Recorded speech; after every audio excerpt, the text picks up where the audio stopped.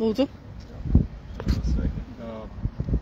Tika, tā teikt, degradētā vidē uzbūvēta priekš tirgotāja Orberga ēka, kura procesa laikā tika apgādāta ar attiecīgi apkuras, ventilācijas, kondicionēšanas iekārtām, kas ļauj būtiski ekonomēt gan ēkas saimniekam naudu, gan arī ietekmi uz apkārtējo vidi nav, faktiski var teikt, gan izvēl nulle, jo tiek izmantota zemes enerģija, ja, un tas dod gan siltumu, gan arī vasarās, teiksim tā, nodrošina vēsumu. Ja sīkāk jautājumi, es domāju, ka Toms visu šī pasākuma autors, teiksim, var visu pastāstīt sīk un smalki. To es noteikti pastāstīšu, bet nezinu, ko tur sākt, ar ko jums parasti sāk, ar arhitektūru?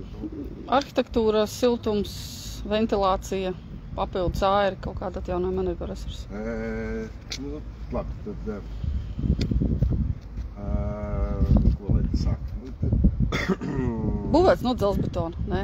Nē, sandviču paneļi, daļēji siltā, teiksim, birojas silts, ir siltā noliktava, ir augstā noliktava, ir tur vēl var redzēt, ir tāda maziņa ēka, kas ir arī tā kā viss komplekss, un vēl augstajā noliktavā ir vēl viena tāda tāds kabinetiņš, kas arī tiek apsildīts.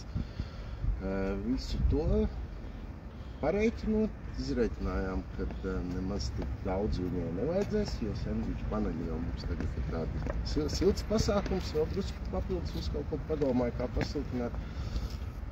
Un izlemts ir uzbūvēt ģeotermālos siltumsūkni. Jo ģeotermālais siltumsūknis tā principā ir tāda, laikam, vienīgā tehnoloģija, kur var ļoti efektīvi paralēli izmantot siltumu un augstumu, kas birojos, kas šādam kompleksam ir aktuāli, jo mazā mājiņa, piemēram, ir jāsilda, siltā noliktava varbūt arī vēl jāsilda, bet pavasarī caur lielajām vitrīnām kabineti jau pārkarst. Un ģeotermālais siltumsūknis viņš nodrošina, ka mums abās pusēs ir, vienā pusē ir siltums, otrā ir augstums. Mēs to varam izmantot vienlaicīgi, pie tam augstums sanāk mums tāds tā kā bezmaksas, un to atgūto siltumu mēs atdodam siltumsūknim, bet ar to siltumsūknis stipri labāku efektivitāti rāda sildīšanu. Tur ir tehniskā telpa. Nu labi, par to, kur tad izvietots. Šeit bija tāda ļoti nepateicīga grunts, kaut kādos 35 metros sākās plaisainas dolomīts. Līdz ar to tam visam cirsties cauri ir dārgi, grūti, ilgi, viss slikti. Tad ar inženieriem paspēlējāmies, kad uztaisījām, ja pareizi atceros, 12 urbumi pa 35 metri, kur ir sacilpoti 4 pāros pa 3. Tādā veidā mums nebija jāmoka tā urbšanas iekārta, tie visi urbumiņi ir tā smuki rindā pa to ceļu līdz gandrīz vai galam izvietot.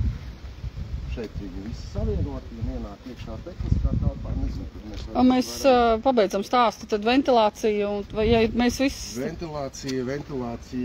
Ventilācija risinam ar mazām energoefektīvām iekārtām. Lokāli, mazajai mājiņai sava, noliktavai sava, vienam stāvam sava, otram stāvam sava, un sapulču telpai ir sava un vēl ar CO sensoru, lai nebūtu tā kā jādomā kādam tur slēgt iekšā vai ārā, zem galda ir noslēpts CO sensors.